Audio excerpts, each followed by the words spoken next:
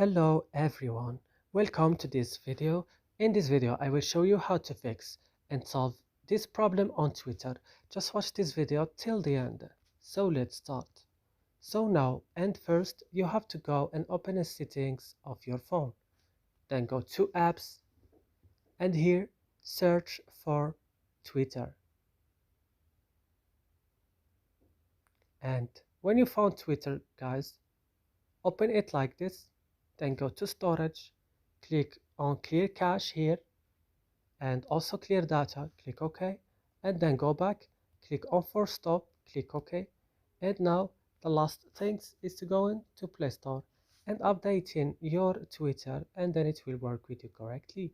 So that's it. I hope this video is helpful for you. Don't forget to like, subscribe in our channel. See you in another video.